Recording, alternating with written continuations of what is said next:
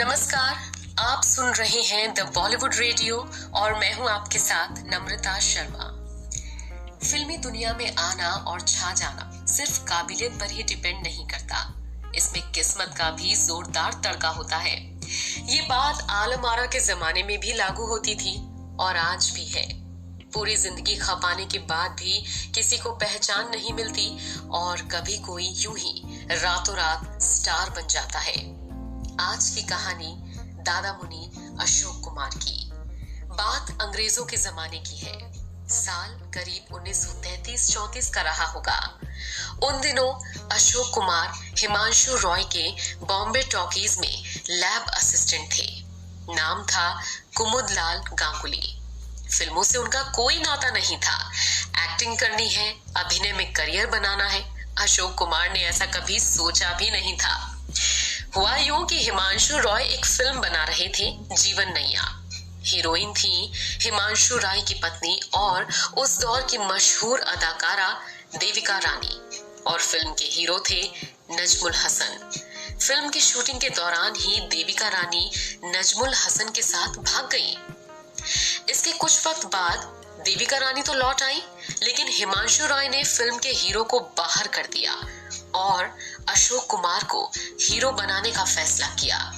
हालांकि फिल्म के director Franz ओस्टेन इसे सही फैसला नहीं मान रहे थे, लेकिन हिमांशु अड़िग रहे और उन्होंने अशोक कुमार को बतौर हीरो कास्ट कर लिया।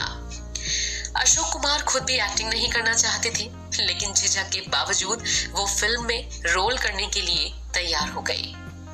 अशोक कुमार का असली नाम कुमुदलाल गांगुली था, लेकिन हिमांशु रॉय के कहने पर उन्होंने अपना स्क्रीन नेम अशोक कुमार रख लिया और फिर वो आगे इसी नाम से जाने गए। हालांकि लोग उन्हें प्यार से दादा मुनि कहकर भी बुलाते थे। 1936 में आई उनकी फिल्म अछूत कन्या सुपरहिट साबित हुई। अछूत कन्या हिंदी सिनेमा की शुरुआती हिट फिल्मों में शामिल थी। इस फिल्म में भी अशोक कुमार की हीरोइन देविका रानी ही थी। इस फिल्म के बाद दोनों की जोड़ी सुपरहिट हो गई और दोनों ने एक के बाद एक लगातार 6 फिल्में की। दोनों की आखिरी फिल्म अनजान थी, जो बॉक्स ऑफिस पर नहीं चली। अशोक कुमार इन सभी फिल्मों के हीरो तो थे, लेकिन वो देविका रानी की छाया में ही काम करते रहे। इसके बाद अशोक कुमार की जोड़ी लीला चिटनिस के साथ भी काफी पसंद की गई और दोनों ने कंगन, बंधन और आजाद जैसी कामयाब फिल्में दी। लेकिन 1941 में लीला चिटनिस के साथ आई उनकी फिल्म झूला ने उन्हें हिंदी सिनेमा के सबसे भरोसेमंद अभिनेताओं में शामिल कर दिया। अशोक कुमार भारत की आजादी से पहले ही बड़े सितारे बन चुके थे और देश की आजादी के बाद भी उनकी कामयाबी का सिलसिला चलता रहा। 1943 में आई फिल्म किस्मत ने अशोक कुमार की किस्मत बदल दी। पहली बार किसी भारतीय कलाकार ने एक फिल्म में एंटी हीरो का किरदार निभाया था। इस फिल्म ने सफलता के सारे रिकॉर्ड तोड़ दिए और किस्मत की सफलता के बाद किशोर कुमार भारत के पहले सुपरस्टार के तौर पर उभरे। अशोक कुमार 50 के दशक में भी पर्दे पर छाए रहे। हालांकि इस दौरान दिलीप कुमार, राज कपूर और देवानंद जैसे सितारों का उदय भी हो चुका था, लेकिन अशोक कुमार ने अपनी पोजीशन कायम रखी। अशोक कुमार हिंदी सिनेमा के कई सितारों के मेंटोर रहे।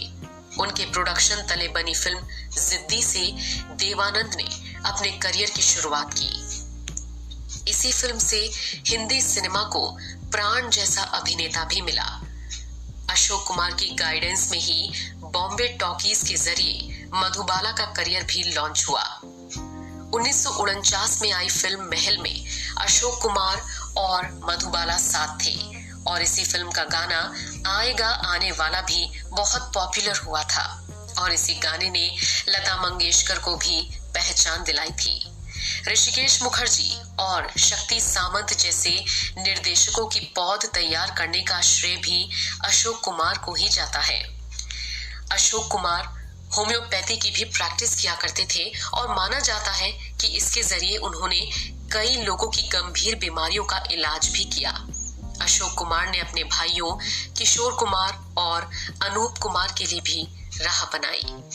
किशोर कुमार आगे जाकर अशोक कुमार से भी ज्यादा मशहूर हो गए, मगर अनूप कुमार कुछ फिल्मों के बाद गुमनामी में खो गए और 10 दिसंबर 2001 को दादा मुनि अशोक कुमार अमर हो गए। सुनते रहिए द बॉलीवुड रेडियो।